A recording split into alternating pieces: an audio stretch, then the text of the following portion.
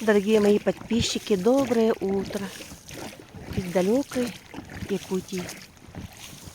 Спешу вам сообщить, что сегодня 4 октября у нас вот такая погода. Снега еще нет, температура нулевая, представляете?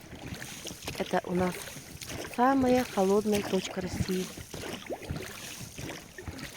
Но не спешим, у нас резко континентальный климат. Завтра даже может быть и ледостав. У нас резко наступает перемены погоды и климата. За день все меняется. За один день. Например, вчера была жара, а сегодня минус 10. У нас вот такой климат. Резко континентальный.